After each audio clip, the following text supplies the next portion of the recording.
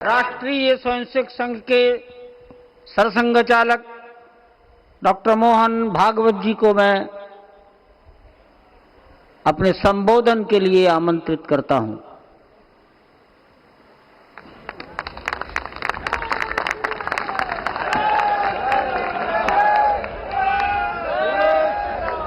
देश के सम्माननीय यशस्वी और जयस्वी प्रधानमंत्री जी आदरणीय नरेंद्र जी मोदी, हमारे उत्तर प्रदेश के सम्माननीय मुख्यमंत्री जी श्रीमान योगी जी, राज्यपाल महोदया, मंचस्थ सभी मान्यवर, उपस्थित सज्जन, माता भगिनी, आज हम सबके लिए एक सार्थकता का दिवस है। इतने लोगों ने सपना देखा, इतने लोगों ने प्रयास किए, इतने लोगों ने अपने प्राण अर्पण किए। आज उनकी स्वर्गस्थ आत्मा तृप्त हुई होगी। आज वास्तव में अशोक जी को वहां शांति मिली होगी।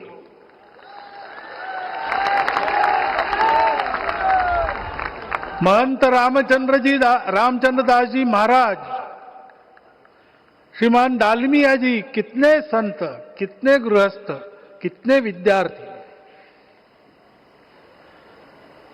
उन्होंने अपना प्राणार्पण किया, अपना पसीना बहाया। जो पीछे रहे वो भी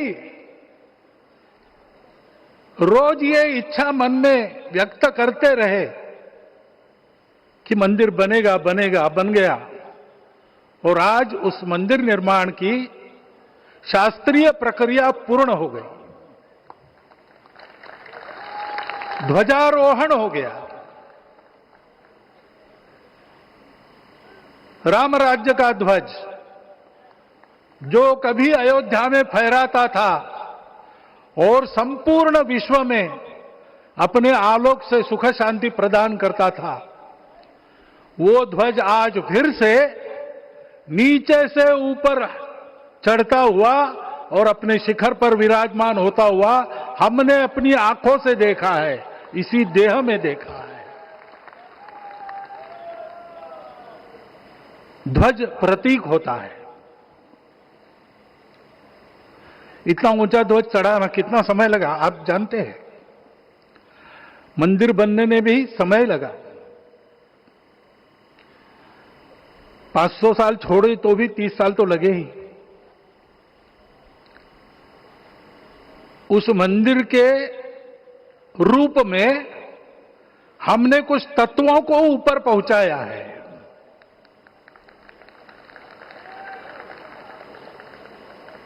सारा विश्व जिससे ठीक चलेगा, अपने व्यक्तिगत जीवन, पारिवारिक जीवन से लेकर तो सृष्टि जीवन तक सबका जीवन जिससे ठीक चलेगा,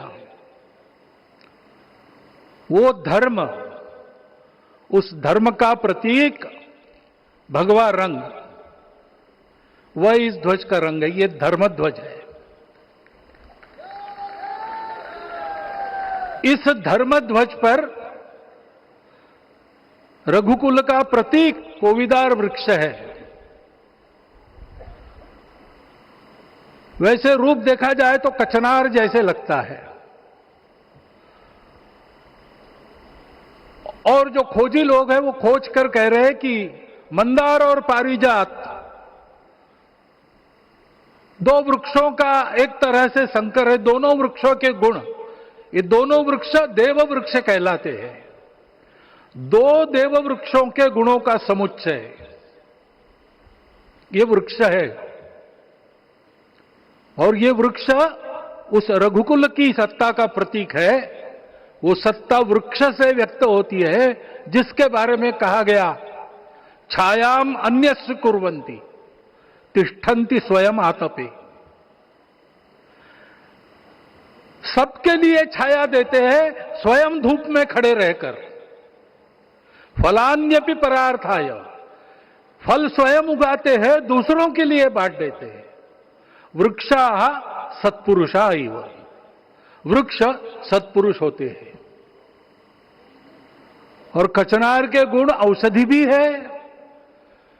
कचनार के वृक्ष का अन्न में भी उपयोग है। सब प्रकार से उपयोगी इस वृक्ष का प्रतीक हमने लगाया है। धर्म जीवन ऐसा जीवन होता है, और ये जीवन जीना है, उस जीवन की प्रतिष्ठा करनी है, इस जीवन का झंडा शिखर तक पहुंचाना है। चाहे जितनी प्रतिकूलता हो, चाहे जितनी कठिनाइयां हो, साधनहीनता हो, सारी दुनिया स्वार्थ में बहती होगी, लेकिन हमारा संकल्प है। सूर्य भगवान उस तेज के, उस संकल्प के प्रतीक है। उनके रथ का एक ही चक्र है। 4 चाक वाली गाड़ियां भी एक्सीडेंट करती है तो एक चक्र चलाना है, और रास्ता खराब भी नहीं, रास्ता है ही नहीं। अधांतर में चलो रथस्य एकम चक्रम। रथ चलाने के लिए 7-7 घोड़े, उनको नियंत्रण करने के लिए सांपों के लगाम है, और रास्ता नहीं है, और सारथी जो है उसके पैर नहीं है। ऐसी गाड़ी चल सकती है क्या? कंप्यूटर में डाटा डालेंगे, कहेंगे नहीं चलेगी। लेकिन बिना थके रोज पूरब से पश्चिम जाना आना सूरज भगवान कर रहे हैं, क्योंकि कार्य की सिद्धि स्वत्व के भरोसे होती है। हिंदू समाज ने लगातार 500 साल और बाद के दीर्घ आंदोलन में अपने इस स्वत्व को सिद्ध किया, और रामलला आ गए, मंदिर बन गया। यही बात सत्य पर आधारित धर्म, सत्य जो प्रतिनिधित्व होता है ओंकार से, वो सारी दुनिया को देने वाला भारत हमको खड़ा करना है। हमारे इस संकल्प का प्रतीक यह राम मंदिर, उसकी प्रक्रिया आज हमने पूरी कर ली है। यह धर्म, यह ज्ञान, यह छाया, यह सुफल संपूर्ण दुनिया में बांटने वाला भारतवर्ष खड़ा करने का काम अपना शुरू हो गया है। उसको, इस प्रतीक को देखकर, हिम्मत रखकर, उसी प्रकार सतत प्रयास करते हुए सब प्रकार की विपरीतताओं में भी हम सबको मिलके करना पड़ेगा। आज ये हमारे कृतार्थता का दिवस है, और आज हमारे संकल्प की पुनरावृत्ति का ये दिवस है। वो संकल्प हमको हमारे पूर्वजों ने दिया है। एतद् देश प्रसूतस्य सकाशाद अग्र जन्मनात्। इस देश के जन्मे हुए अग्र जन्मना है, सबसे प्राचीन है, इसलिए बड़े भाई है। वो ऐसा जीवन जिए कि स्वम स्वम चरित्रम शिक्षेरन पृथिव्याम सर्वमानवा। पृथ्वी के सर्व मानव अपने अपने चरित्र की शिक्षा, जीवन की विद्या भारतवासियों से सीखे। ऐसे भारतवासियों का परम वैभव संपन्न, सर्वशक्ति संपन्न और सबके लिए खुशी बांटने वाला, शांति बांटने वाला, सबको विकास के सुफल देने वाला भारतवर्ष खड़ा करना है। ये विश्व की अपेक्षा है, हमारा कर्तव्य है। मंदिर में श्री रामलला विराजमान है, उनका नाम ले और इस कार्य की गति हम बढ़ाए। इतना एक विषय आपके सामने रखता हूं।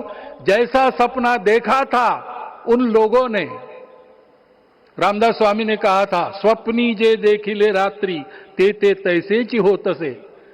ऐसा सपना उन्होंने देखा था, बिल्कुल वैसा। और मैं कहूं कि उन्होंने जो सपना देखा था उससे भी अधिक भव्य और अधिक सुंदर ये मंदिर बन गया है। हमारे हृदय में वो निश्चय का सृजन करे, तपस का सृजन करे, ये शुभकामना मैं आप सबको देता हूं और मेरे शब्दों को विराम देता हूं।